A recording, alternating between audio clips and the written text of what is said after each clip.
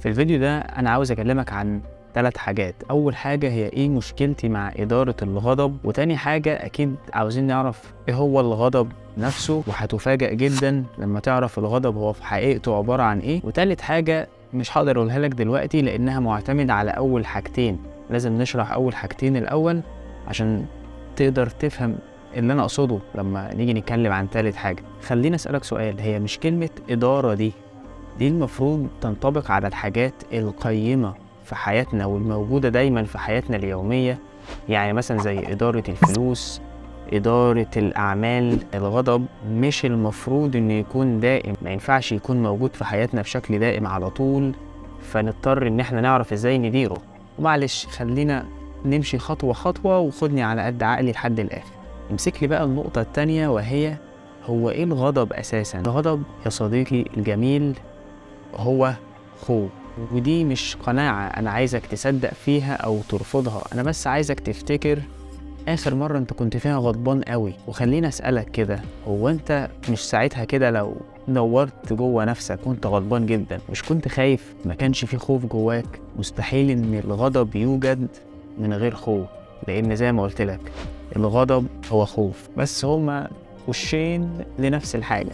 يعني مثلا لو الوش اللي ناحيتك ده غضب، فالوش اللي ناحيتي أنا ده هو خوف. طب خوف من ايه؟ أنا كنت اتكلمت في الفيديو ده عن الخوف وأسبابه والبشر بيخافوا من إيه وكل الكلام ده بالتفصيل، فلو حابب ممكن تتفرج على الفيديو ده بعد ما تخلص الفيديو ده. ولكن دلوقتي خليني أقولك إن مصدر الخوف الأساسي عند الإنسان هو إن صورته الذاتية عن نفسه تتهز أو تموت. كل واحد فينا جواه ذات، يعني زي كائن كده جوانا، احنا بنصدق ان الكائن اللي جوانا ده هو احنا، يعني انا وقصتي واللي حصل لي. يعني مثلا انا الشخص المكافح اللي عشت طول حياتي عافر علشان اوصل لحلمي وحققه، بين قوسين محمد رمضان مثلا. يعني فأي حاجة تقدر تهز الصورة دي فبالتالي الغضب هيظهر. انت عايز تقتلني؟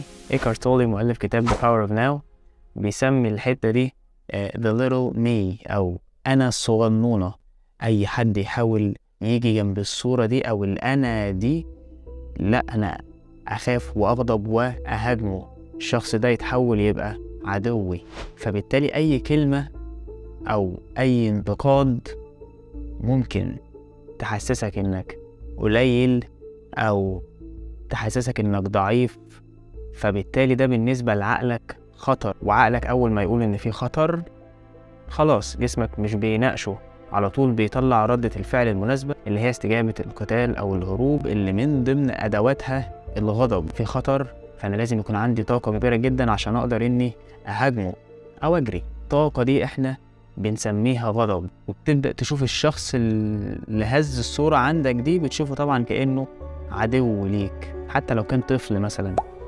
وهنا انت ممكن تسألني سؤال مهم، هي الطاقة دي بتاعت الغضب تيجي منين؟ بص يا سيدي، جسمك في اللحظة دي لما انت بتقوله او عقلك بيقوله ان في خطر، فبيبدأ يطلع لك الطاقة دي علشان تهاجم الحاجة اللي بتهدد صورتك الذاتية عن نفسك. جسمك بيقفل كل الأنظمة اللي هي ملهاش دعوة بالعراك أو الحرب أو المواجهة اللي مش هتفيدنا دلوقتي احنا عايزين طاقة علشان نهاجم حاجة.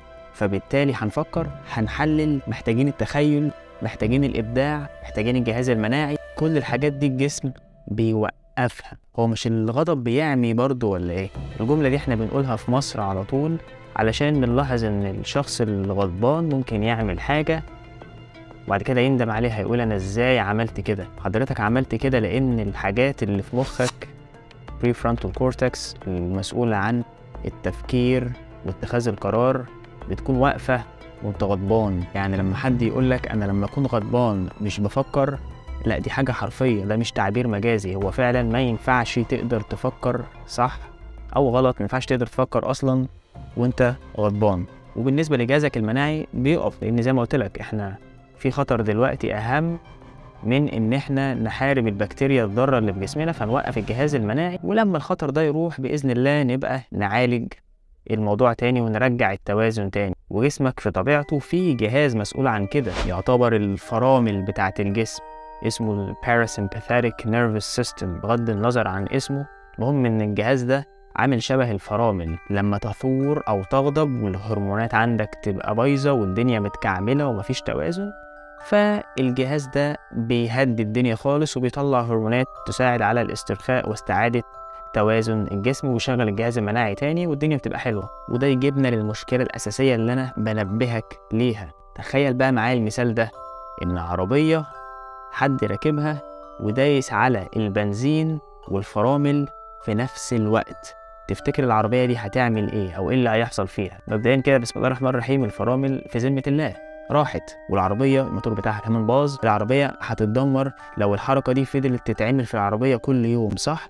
طب ما انت بتعمل كده في جسمك كل يوم، لما بنغضب كل يوم اللي بيحصل في جسمنا نفس اللي بيحصل في العربية، مناعتك بتتدمر، صحتك بتروح، تخسر كل اللي حواليك خاصة الناس اللي بتحبهم، وكمان بتخسر نفسك. وهنا برضو انا محتاج ان انا اكد على حاجة، طبعا انت اكيد فاهم قصدي وعارف اني مش بقولك ان الغضب ده حاجة وحشة او الغضب نفسه حاجة مش طبيعية، لا، الغضب مفيد جدا ما نقدرش نعيش من غيره، بس الغضب مجرد أداة لحاجة معينة. لما يكون في موقف حياة أو موت بيهدد حياتك، فالغضب بيديك الطاقة الكافية إنك تتعامل مع الموقف ده.